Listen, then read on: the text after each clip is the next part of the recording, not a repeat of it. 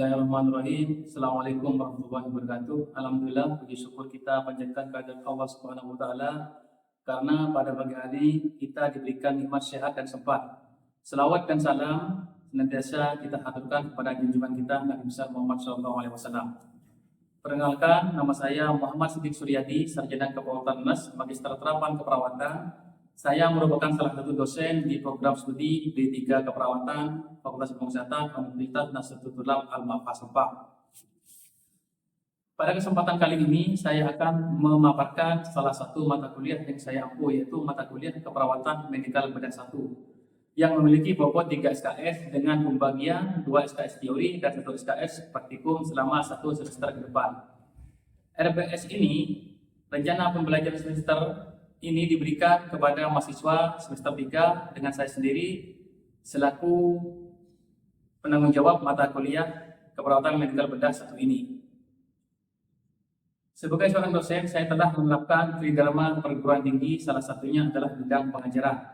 Sistem pengajaran yang saya terapkan menggunakan sistem DIA, yaitu Delivery, Interaction, dan Assessment. Delivery berkaitan dengan cara saya menyampaikan materi dari textbook dan artikel-artikel jurnal ilmiah terbaru termasuk hasil penelitian saya sendiri terkait hipertensi. Sedangkan interaction yaitu saya gunakan untuk menghidupkan suasana pembelajaran di kelas dengan diskusi dan tanya jawab.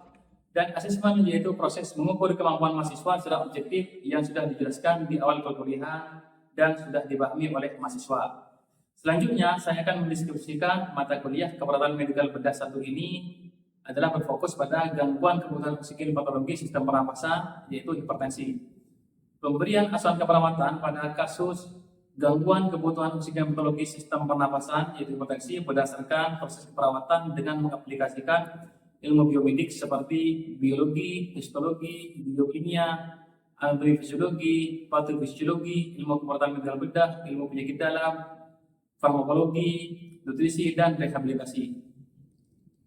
Gangguan dari sistem tersebut meliputi gangguan peradangan, kelainan degeneratif, keganasan, dan trauma, serta komplikasi lain yang termasuk dalam 10 kasus terbesar, baik lokal, regional, nasional, maupun internasional. Lingkup bahasan mulai dari pengkajian sampai dengan evaluasi asuhan keperawatan terhadap klien. Intervensi keperawatan meliputi observasi, terapi keperawatan pada berbagai kondisi termasuk terapi komplementer, edukasi, dan kolaborasi dalam pemberian intervensi. Pencapaian pembelajaran pada mata kuliah ini diharapkan mahasiswa mampu melakukan asuhan keperawatan gangguan kebutuhan oksigen patologis sistem pernapasan, yaitu hipertensi, dengan memperhatikan aspek legal dan etis. Melakukan simulasi pendidikan kesehatan dengan kasus gangguan kebutuhan oksigen patologis sistem pernapasan, yaitu hipertensi, dengan memperhatikan aspek legal dan etis. Mengintegrasikan hasil-hasil penelitian ke dalam asuhan keperawatan dalam mengatasi masalah gangguan kebutuhan oksigen patologis sistem pernapasan, dalam hal ini hipertensi. Melaksanakan fungsi advokasi atau edukasi pada kasus gangguan kebutuhan oksigen patologis sistem pernapasan, yaitu hipertensi. Mendemonstrasikan intervensi keperawatan pada kasus gangguan kebutuhan oksigen patologis sistem pernapasan, yaitu hipertensi, sesuai dengan standar yang berlaku dengan berpikir kreatif, inovatif, serta menghasilkan pelayanan yang efisien dan efektif. Sedangkan materi yang akan dipelajari pada mata kuliah Keperawatan Medikal Bedah 1 ini terdiri dari 13 materi pembelajaran. Yang pertama, konsep perspektif keperawatan medikal bedah. Yang kedua, peran perawat medikal bedah dalam kebijakan pelayanan kesehatan, baik nasional maupun internasional. Yang ketiga, konsep asuhan keperawatan pada pasien dengan penyakit tropis meliputi malaria, DHF, tifoid, filariasis. Yang keempat, konsep asuhan keperawatan pada pasien dengan penyakit infeksi endemis meliputi SARS, flu burung, COVID-19. Yang kelima, konsep asuhan keperawatan pada pasien dengan penyakit infeksi, yaitu penyakit HIV/AIDS. Yang keenam, konsep asuhan keperawatan pada pasien dengan gangguan kebutuhan oksigen patologis sistem pernapasan dan kardiovaskuler meliputi ISPA, COPD, pulmonal, efusi pleura, TBC, dekompensasi cordis, hipertensi, anemi, dan gangguan pembuluh darah perifer. Hasil penelitian tentang pelaksanaan gangguan kebutuhan oksigen patologis sistem pernapasan, itu hipertensi, dan pemeriksaan laboratorium pada gangguan kebutuhan oksigen patologis sistem pernapasan, hipertensi, tren dan isu terkait gangguan kebutuhan oksigen patologis sistem pernapasan yaitu hipertensi, evidence based practice dalam melaksanakan gangguan kebutuhan oksigen patologis sistem pernapasan dalam hal ini hipertensi. Yang ketujuh, praktek asuhan keperawatan pada pasien dengan gangguan kebutuhan oksigen patologis sistem pernapasan yang meliputi kardiovaskuler, ISPA, pulmoner, infeksi pleura, TBC, demensi korbis, hipertensi, anemia, dan gangguan pembuluh darah perifer yang meliputi mulai dari praktek anamnesa, prosedur pemeriksaan fisik, pemeriksaan kecukupan oksigen dan sirkulasi, pemeriksaan perubahan irama nafas dan irama jantung, pemeriksaan bunyi nafas dan bunyi jantung, pemeriksaan diagnostik, salah satunya perekaman EKG, menyiapkan pasien untuk pemeriksaan ekokardiografi, treadmill, dan merumuskan diagnosa keperawatan, membuat perencanaan prosedur tindakan. Kemudian yang kedelapan, konsep asuhan keperawatan pada pasien gangguan kebutuhan cairan meliputi pyelonefritis, glomerulonefritis, nephrotic syndrome, batu susuran kemih, gagal ginjal, dan diabetes insipidus. Yang kesembilan, praktek konsep asuhan keperawatan pada pasien gangguan kebutuhan cairan yang meliputi pyelonefritis, glomerulonefritis, nephrotic syndrome, batu susuran kemih, gagal ginjal, diabetes insipidus. Yang ke-10, konsep asuhan perawatan pada pasien dengan gangguan kebutuhan nutrisi patologis sistem pencernaan dan metabolik meliputi ulcus pepticum, gastroenteritis, typhoid abdominalis, colitis, hemoroid, hepatitis, obstruksi intestinal, diabetes mellitus. Yang 11, praktek konsep asuhan perawatan pada pasien dengan gangguan kebutuhan nutrisi patologis sistem pernapasan dan metabolik endokrin meliputi ulcus pepticum, gastroenteritis, typhoid abdominalis, colitis, hemoroid, hepatitis, obstruksi intestinal, dan diabetes mellitus. Yang ke-12, konsep asuhan keperawatan pada pasien gangguan kebutuhan eliminasi patologis sistem pencernaan dan bagian meliputi konstipasi, inkontinensia uri dan AFI, hipertrofi prostat, batu ginjal dan batu buli-buli, kanker ginjal dan kanker buli-buli, gagal ginjal, dan kanker kolon. Yang ke-13, praktik asuhan perawatan pada pasien gangguan kebutuhan eliminasi patologis sistem pencernaan dan bagian meliputi konstipasi, inkontinensia uri dan AFI, hipertrofi prostat, batu ginjal dan batu buli-buli, kanker ginjal dan kanker buli-buli, gagal ginjal dan kolon atau kanker kolon. Selanjutnya kita akan masuk ke aspek interaction, yaitu sistem interaksi yang saya terapkan di kelas, yaitu proses pembelajaran bersifat interaktif, holistik, integratif, saintifik, konseptual, tematik, efektif, kolaboratif, dan berpusat pada mahasiswa.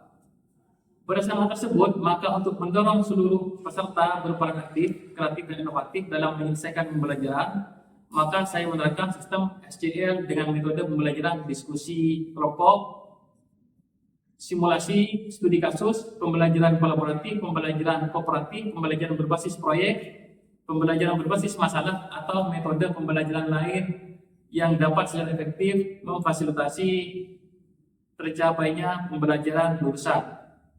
Platform yang saya gunakan untuk mendukung kegiatan pembelajaran ini yaitu mengintegrasikan ke dalam sistem informasi akademik. Mahasiswa dapat menggunakan aplikasi tersebut antara lain untuk pengisian KRS atau kartu rencana studi, mengevaluasi dosen pengajar, mengisi absen kelas, dan lainnya. Poin terakhir yaitu aspek asesmen atau penilaian kepada mahasiswa yang dilakukan secara objektif. Tujuannya adalah mengukur kemampuan mahasiswa secara jelas dan transparan. Penilaian yang dilaksanakan sesuai dengan prosedur dan yang telah disepakati pada awal perkuliahan oleh mahasiswa dan dosen serta dipahami oleh mahasiswa. Selanjutnya, penerapan indikator penilaian dibagi menjadi beberapa aspek meliputi absensi sebesar 5%, ujian tengah semester sebesar 25%, ujian akhir semester sebesar 10%, penugasan sebesar 20%, dan praktikum 10%, serta sikap yaitu sebesar 10%. Mata kuliah ini selesai dalam kurun waktu 16 minggu termasuk ujian tengah semester dan ujian akhir semester. Ujian tengah semester dilaksanakan sesuai dengan agenda yang ada di rencana perkuliahan semester setelah mencapai beberapa kali pertemuan. Sedangkan ujian akhir semester akan dilaksanakan setelah tatap muka selesai.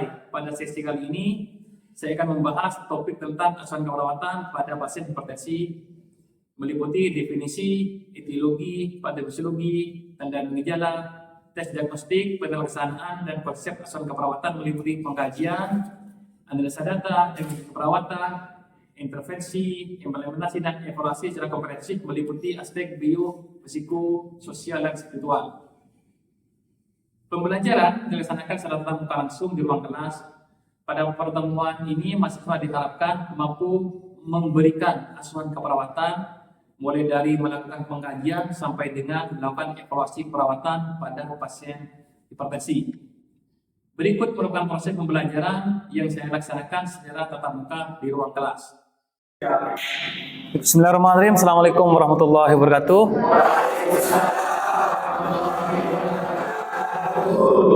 Oke, baik, sesuai kontrak perkuliahan kemarin, jadi pada pertemuan kali ini kita akan membahas tentang gangguan kebutuhan oksigen patologis sistem pernafasan dan kardiovaskuler, yaitu hipertensi. Tadi sebelumnya, apakah semuanya sudah mengisi link absen? Sudah. Oke, baik, kalau sudah, kita mulai tentang konsep gangguan kebutuhan oksigen patologis sistem pernafasan dan kardiovaskuler, yaitu hipertensi.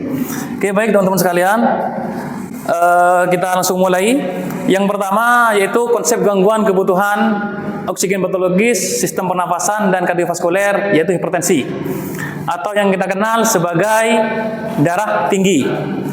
Secara tujuan pembelajaran pada pertemuan kali ini, yang pertama adalah mahasiswa mampu menjelaskan dan memberikan asuhan keperawatan pada pasien dengan gangguan kebutuhan oksigen patologis sistem pernafasan dan kardiovaskuler, yaitu hipertensi. Yang pertama, secara definisi, menurut WHO terbaru tahun 2025, hipertensi merupakan tekanan darah tinggi, yaitu kondisi ketika tekanan pada pembuluh darah terlalu tinggi, yaitu tekanan sistolnya sekitar 140 mm Hg, sedangkan diastolnya 90 mm Hg atau lebih. Jadi ini merupakan batas minimal ya. Batas minimal. Jadi kalau sudah lebih dari ini, itu sudah masuk dalam kategori hipertensi. Selanjutnya, epidemiologi atau kejadian hipertensi ini. Hipertensi merupakan penyebab kematian nomor 3 setelah stroke dan tuberkulosis, yakni mencapai 6,7% dari populasi kematian pada semua umur di Indonesia. Data ini masih data yang belum terupdate. Di kasusnya bisa berubah, juga bisa berkurang, tergantung bagaimana pihak terkait dan kita sendiri dalam memanajemen masalah hipertensi ini. Jadi di sini ada dua jenis hipertensi utama. Jadi ada jenis, ada klasifikasi, ini beda. Jenisnya ada yang esensial atau primer, dan yang kedua adalah sekunder. Yang primer atau esensial itu hipertensi yang tidak ketahui sebabnya. Ini terjadi 90% kasus, sebabnya tidak diketahui. Kemudian yang sekunder, penyebabnya dapat ditentukan atau diketahui. 90% diantaranya karena kelainan ginjal, kelainan tiroid, dan lain sebagainya. Jadi secara umum ada dua ya, primer dan sekunder. Kemudian apa saja faktor risikonya? Ada faktor risiko yang tidak bisa diubah, dan ini pasti terjadi dan dialami. Semakin umur bertambah pada lansia, maka fungsi tubuh akan mengalami penurunan pada lansia ya. Kemudian jenis kelamin antara laki-laki dan perempuan, karena ada faktor hormonal di situ. Hormonnya laki-laki dan perempuan tidak sama. Itu pun juga berpengaruh terhadap masalah gangguan patologis sistem pernafasan dan kardiovaskuler, termasuk hipertensi. Yang ketiga, genetik atau keturunan. Nah, ini faktor yang bisa diubah. Ya, karena perilaku yang kurang sehat. Secara umum, merokok, perokok pasif atau perokok aktif. Yang kedua, konsumsi garam berlebih, suka makanan asin, kegemukan atau obesitas, kurang serat, sayur dan buahnya kurang aktivitas fisik, jarang berolahraga, konsumsi alkohol.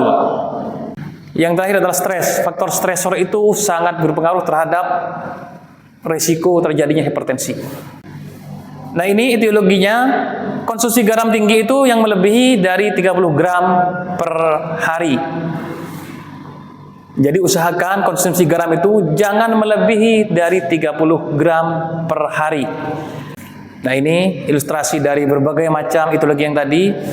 rokok, kafein, makanan asin, stres. Kenapa rokok itu menyebabkan darah tinggi? Karena mengandung nikotin sebagai penyebab ketagihan yang akan merangsang jantung, saraf, otak, dan bagian tubuh lain sehingga bekerja tidak normal. Selain nikotin, pada rokok banyak sekali termasuk pembakaran asapnya. Nah, ini kopi. Pada kopi itu mengandung kafein. Kafein itu meningkatkan aktivitas otot termasuk otot jantung. Kenapa garam ini menyebabkan hipertensi? Karena secara sederhana tekanan darah dihasilkan oleh curah jantung, yaitu jumlah darah yang dipompakan jantung setiap menit atau yang disebut volume sekuncup dikalikan dengan denyut jantung tiap menit dikalikan dengan tekanan darah perifer.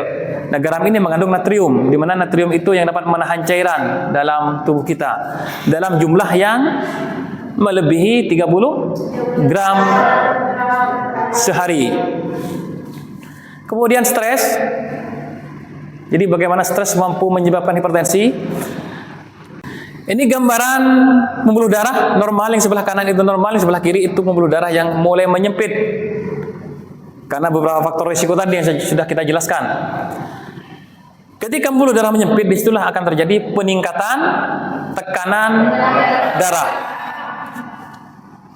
Hipertensi akan berbahaya dan menyebabkan komplikasi yang berat seperti penyakit jantung, stroke, ginjal, kerusakan saraf mata, penyakit pembuluh darah tepi, gangguan saraf, dan gangguan pada otak jika tidak diatasi atau tidak dimanajemen atau dirawat dengan baik. Periksa tekanan darah secara teratur baik di rumah, puskesmas, atau tempat lain. Jika Anda diagnosis hipertensi, ikuti saran dokter, minum obat secara teratur, dan diet teratur, serta jaga pola hidup jika memang sudah terdiagnosis hipertensi. Jadi untuk menekan hipertensi, minimal ada 3 kali pemeriksaan dengan jeda 5 menit dalam posisi santai. Jadi untuk memastikan seorang itu hipertensi atau tidak, diperiksa minimal 3 kali dalam kondisi dan situasi yang rileks dan santai. Ini untuk pasien dewasa di atas 18 tahun. Kenapa di atas 18 tahun? Sangat jarang sekali di bawah umur ini yang mengalami peningkatan tekanan darah atau hipertensi. Normalnya tekanan sistoliknya yaitu kurang dari 120 mm Hg. Normalnya ya. Tekanan diastoliknya di bawah 80 mm Hg. Jika sudah di atas ini klasifikasinya ya. Kalau tadi itu ada batas minimal yang di awal. Ini klasifikasinya. Kalau sudah di atas itu antara 120 sampai 139 pada tekanan sistoliknya, maka dikatakan prahipertensi. Nah, pada tahap ini harus hati-hati. Sudah ada gejala peningkatan tekanan darah. Kemudian hipertensi tingkat 140 sampai 159 pada tekanan sistoliknya. Pada diastoliknya yaitu 90 sampai 99 mm Hg. Kemudian pada tingkat 2 di atas 160 pada tekanan sistoliknya. Pada diastoliknya itu kurang dari 100. Nah, baru kalau sudah di atas 180 pada sistoliknya dan diastoliknya 110 dengan keluhan, itu sudah bisa dikatakan hipertensi yang gawat darurat atau emergensi. Kemudian hipertensi yang urgensi di atas 180 sistoliknya dan diastoliknya di atas 110 tanpa keluhan. Itu disebut urgensi, harus segera ditangani. Kenapa bisa terjadi tanpa keluhan? Karena daya tahan orang terhadap sebuah keluhan fisik, nyeri dan sebagainya, tiap orang berbeda. Nah, kemudian bagaimana sih cara mencegahnya? Jadi setiap orang harus memeriksa tekanan darahnya secara rutin. Nah, dari usia 18 tahun ke atas itu sudah periksa secara rutin. Jika tinggi, segera konsultasi dengan tenaga kesehatan untuk mendapatkan penanganan lebih lanjut. Jadi sebagian penderita dapat mengontrol tekanan darah dengan melakukan perubahan gaya hidup, namun sebagian lainnya memerlukan tambahan obat. Ketika sudah terjadi hipertensi yang kronis, maka perlu tambahan obat. Yang bisa kita lakukan mulai saat ini adalah dengan memperbaiki gaya hidup yang sehat. Nah, ini rekomendasi tindak lanjut hipertensi dalam pemeriksaan. Pada orang dengan normal tekanan darahnya, itu periksa ulang 2 tahun kemudian. Hari ini kita normal tekanan darahnya, maka 2 tahun kemudian harus kita periksa lagi. Jika tekanan darah di atas 180 per 110 mm Hg, evaluasi dan terapi segera. Rujuk tergantung situasi dan kondisi pada pasiennya. Nah, ini cara bagaimana mengecek tekanan darah di rumah, disingkat dengan ceramah. S-nya sebelum pengecekan usahakan tubuh posisi rileks, duduk 2-5 menit. Tidak diperbolehkan untuk minum kopi, konsumsi obat, tidak menahan buang air kecil. Pengecekan dilakukan 3 kali dengan jangka waktu 5 menit untuk mendapatkan variasi data tekanan darah. Nah, berikut patofisiologi perjalanan dari etiologi sampai ke muncul gangguan diagnosa keperawatan. Itu yang paling atas dari etiologi pertama ya, ada umur, jenis kelamin, gaya hidup, dan obesitas. Kemudian dari etiologi itu akan menyebabkan penurunan elastisitas dan arteriosklerosis.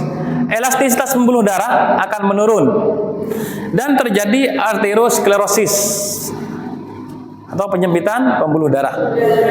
Kemudian setelah itu akan terjadi perlahan-lahan hipertensi. Kemudian hipertensi itu akan menyebabkan kerusakan vaskuler pada darah.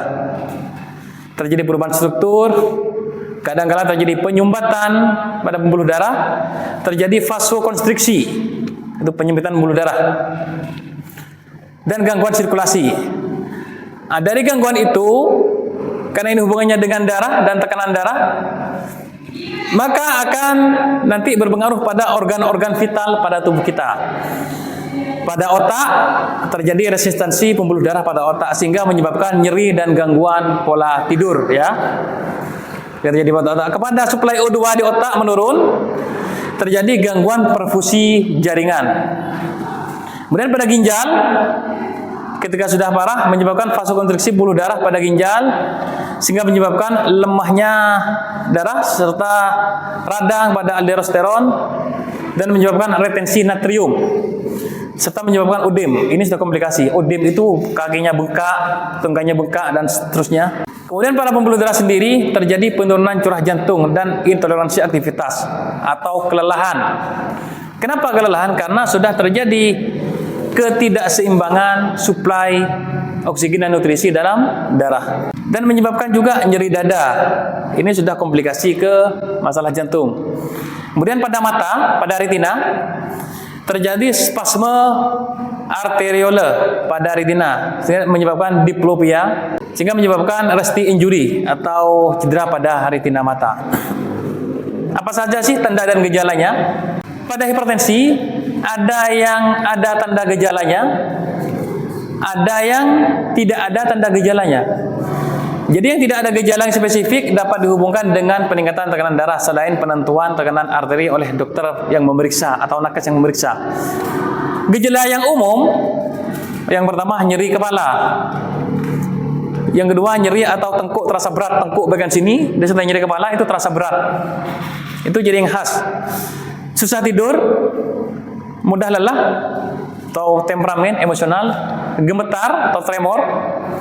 Nadi cepat setelah aktivitas, terkadang juga disertai mual muntah, sesak hingga epitaksis. Namun semua ini harus dibuktikan dengan pemeriksaan menggunakan alat. Nah, penata laksananya ini ada 2 pada kasus hipertensi. Yang mana ada penata laksanaan secara non farmakologi atau tanpa obat dan farmakologi. Yang non farmakologi itu sederhananya dengan perubahan gaya hidup. Secara farmakologi yaitu dengan menggunakan obat anti hipertensi.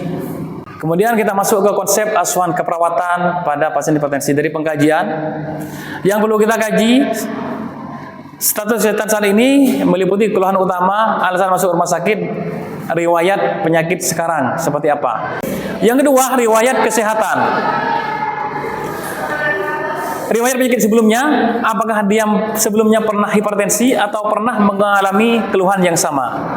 Yang kedua, riwayat penyakit keluarga, karena ini berhubungan dalam keluarga, apakah ada yang mengalami keluhan yang sama, kesadarannya bagaimana, apakah kosmetis atau terjadi penurunan kesadaran. Nah, TTV-nya ini penting. TTV termasuk pemeriksaan tekanan, mulai dari tekanan darah, pemeriksaan suhu, nadi, serta respiration rate, RR-nya per menit berapa. Dilanjutkan pemeriksaan per sistem. Kemudian diagnosa yang muncul apa saja sih pada pasien hipertensi ini? Yang lazim muncul itu yang pertama penurunan curah jantung. Yang kedua nyeri akut. Yang ketiga intoleransi aktivitas. Yang keempat manajemen kesehatan tidak efektif. Yang kelima risiko perfusi cerebral tidak efektif. Yang lazim muncul adalah pada kasus hipertensi adalah nyeri akut.